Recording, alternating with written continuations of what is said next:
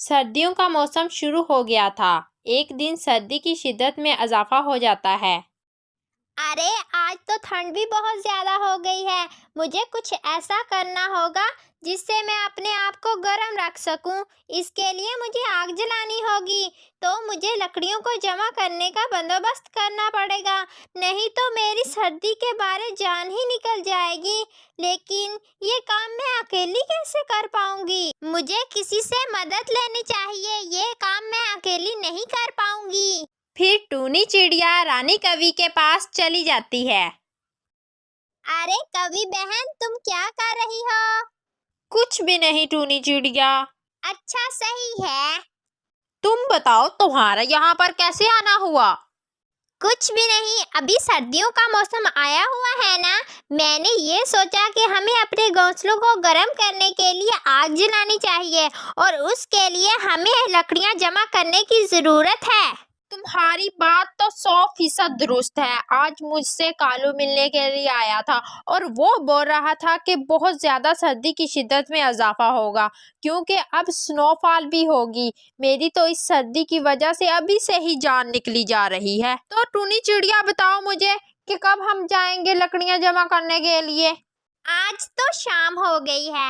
हम सुबह घर का सारा काम करके लकड़ियाँ जमा करने के लिए जाएंगी। हाँ हाँ ठीक है, सुबह हम दोनों जरूर चलेंगे।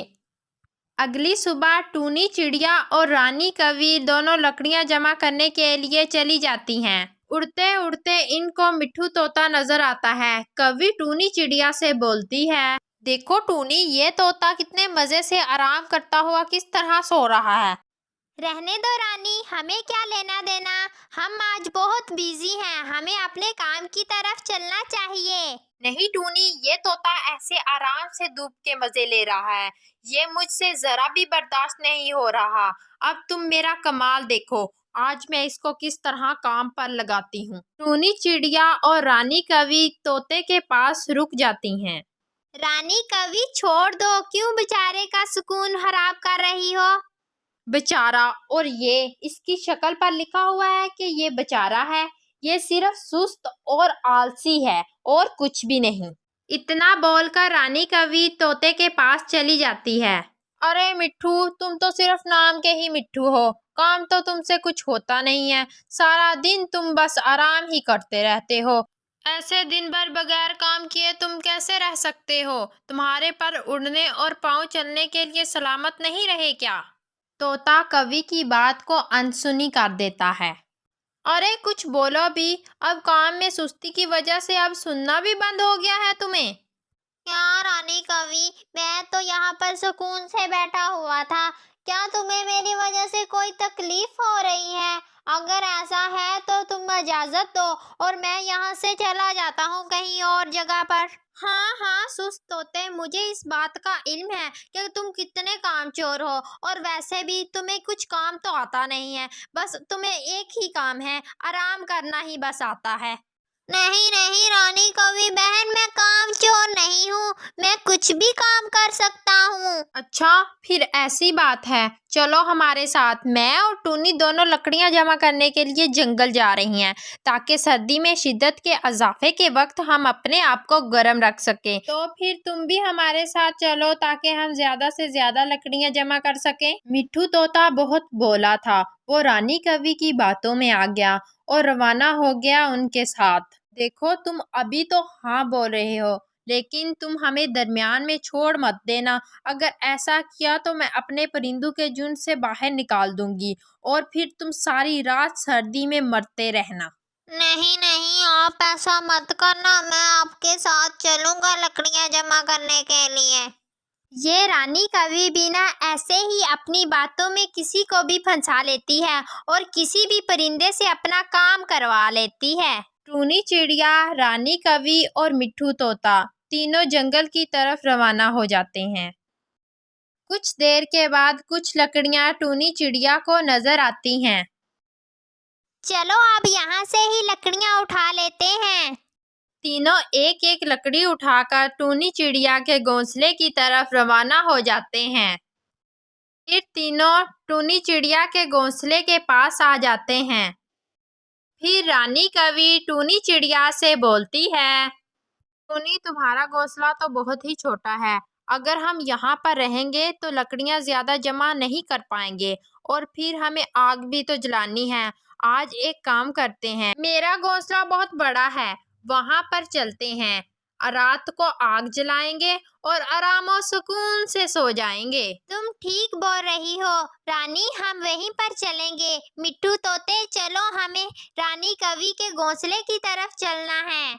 मिट्ठू तोता चिड़िया की हाँ में हाँ मिलाता है और रानी कवि के घर की तरफ चलता है। तीनों रानी के घर में लकड़ियां रख देते हैं। चलो अब हमें और भी लकड़ियां जमा करनी होंगी। आग जलाने के लिए ये लकड़ियां बहुत कम हैं। आग जलाने के लिए और लकड़ियां जमा करने की हमें जरूरत है। फिर रानी कवि बोलती है, रानी कवि सर में दर्द का झूठा बहाना करने लगती है। अरे मेरे सर को क्या हो गया? मेरा सर, हाय मेरा सर चक्कर आ रहा है। मैं अब और लकड़ियां जमा नहीं कर सकती। हाय मेरे सर में दर्द हो रहा है। कोई बात नहीं रानी, तुम आराम करो। मैं और मिट्ठू दोनों लकड़ियां जमा करने के लिए जाते हैं। इतना बोलकर मिट्ठू और टूनी दोनों लकड़ियां जमा करने के लिए रवाना हो जाते हैं। सारा दिन वो दोनों लकड़ियां जमा करते हैं। दोनों रानी कवि के घोंसले में लकड़ियों का ढेर लगा देते हैं। रानी कवि फिर बोलती है, अरे क्या बात है, इसको बोलते हैं आराम और सुकून से जिंदगी बसर करना। फिर रात को तीनों आग जलाते हैं और आराम से सो जाते हैं। अगली सुबह मिट्ठू बोलता है, अरे कल तो बहुत ही आराम और सुकून से मैं सोया रहा, लेकिन अब मुझे बहुत ज्यादा भूख लगी हुई है। मिट्ठू, भूख तो अब मुझे भी लगी हुई है। रानी के घर क्या पता कुछ खाने के लिए है भी कि नहीं। टूनी रानी कवि से बोलती है, अरे रानी, अब हमें बहुत ज्यादा भूख लगी हुई है। क्या तुम्हारे पास कुछ खाने के लिए है? हाँ, कुछ खाने के लिए मेरे पास कुछ अनाज पड़ा हुआ है। ये लो, तुम दोनों ने कल कितना ज्यादा काम भी किया है। वो थोड़ा सा अनाज खाते हैं। खाना खाने के बाद टूनी मिट्ठू तोते से बोलती है, चलो मिट्ठू भाई, अब हमें और ज्यादा लकड़ियां जमा करनी होंगी। फिर रानी दोनों को रोकती है और बोलती है, टूनी तुम एक काम करो, आज तुम चावल अनाज जमा कर लो।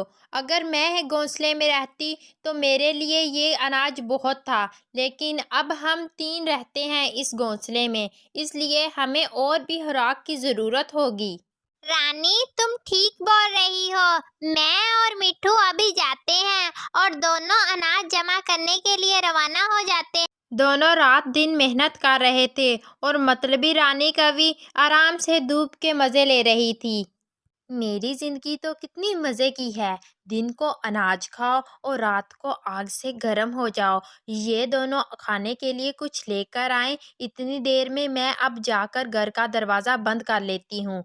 मैंने उनसे झूठ बोला था कि मेरे घर में खाने के लिए कोई भी अनाज का दाना नहीं है, लेकिन ऐसा बिल्कुल भी नहीं है। मैंने अपने घर में बहुत ज़्यादा खाने के लिए अनाज जमा करके रखा हुआ है। मेरे पास तो अब बहुत ज़्यादा तादाद में लकड़ियाँ भी जमा हो गई।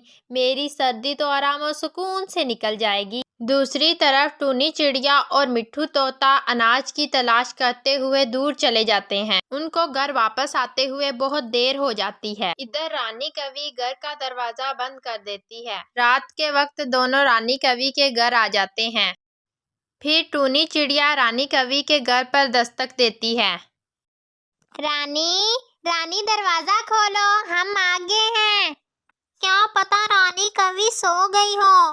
रानी जल्दी से दरवाजा खोलो, यहाँ पर बहुत ज्यादा सर्दी है। अगर तुमने दरवाजा ना खोला तो हमारी जान सर्दी की वजह से निकल जाएगी। रानी कवि रात को जाग रही थी, लेकिन लालची मतलबी रानी कवि दरवाज़ा जानबूझकर नहीं खोल रही थी। वो बस खामोशी से अपने घोंसले में बैठी रही। मिट्ठू तोते, लगता है रानी कवि सो गई है। हम दोनों मेरे घोंसले में आज रात गुजारेंगे। चलो, बहुत ज्यादा सर्दी है यहाँ पर। मेरे घोंसले में कुछ लकड़ियाँ भी पड़ी हुई हैं। हम उन लकड़ियों को जलाकर आज रात कुछ गुजारा कर लेंगे। हाँ हाँ, चलो यहाँ से। कुछ देर बाद रानी कवि बोलती है, मुझे लगता है वो दोनों यहाँ से चले गए हैं। मैं ऐसा करती हूँ कि आग जला लेती हूँ। रानी कवि फिर आग जलाती है। अरे आज तो बहुत ज़्यादा सर्दी है, मुझे ज़्यादा आग जलानी चाहिए। मेरे पास बहुत ज़्यादा लकड़ियाँ मौजूद हैं। रानी कवि लकड़ियाँ खींचने लगती है। फिर लकड़ियाँ सारी की सारी आग पर गिर पड़ती हैं और वो लकड़ियों में भी आग लग जाती है। अरे ये मेरे साथ क्या हो गया? मेरी कोई मदद करो, मुझे कोई तो बचाओ। मिट्ठू, मेरी मदद करो। टूनी, कहाँ हो तुम? जल्दी से आओ, मेरी मदद करो, मेरे घोंसले में आग लग गई है। अरे ये तो रानी कवि की आवाज लग रही है। मुझे लगता है उसे हमारी मदद की जरूरत है। हमें वहां पर जाना होगा। चलो वहां पर चलते हैं। फिर वो दोनों रानी कवि के घोंसले की तरफ आते हैं तो देखते हैं कि रानी कवि के घोंसले को आग लगी हुई है। मिट्ठू तोता हिम्मत से दरवाजे को तोड़ देता है। रानी कवि को आग से बचा लेता है। रानी कवि के परों को आग लग जाती है। फिर मिट्ठू रानी कवि को तालाब में छोड़ देता है। रानी कवि की जान बच जाती है। रानी कवि पानी से बाहर आती है और मिट्ठू तोते से बोलती है, मुझे माफ़ी दे दो, मैं बहुत ज़्यादा लालची और मतलबी हो गई थी। मेरे सर का दर्द भी झूठ था। मैंने सारा तुम दोनों से काम करवाया। आपके आने से पहले मैंने दरवाज़ा भी बंद कर दिया था, लेकिन मुझे मेरे किए की सज़ा मिल गई। आप हमें कमेंट सेक्शन में बताएं कि हमें इस कहानी से क्या सबक मिलता है। अगर आपको हमारी ये वीडियो अच्छी लगी है तो इस वीडियो को लाइक करें, शेयर करें और हमारे चैनल को सब्सक्राइब करना मत भूलें।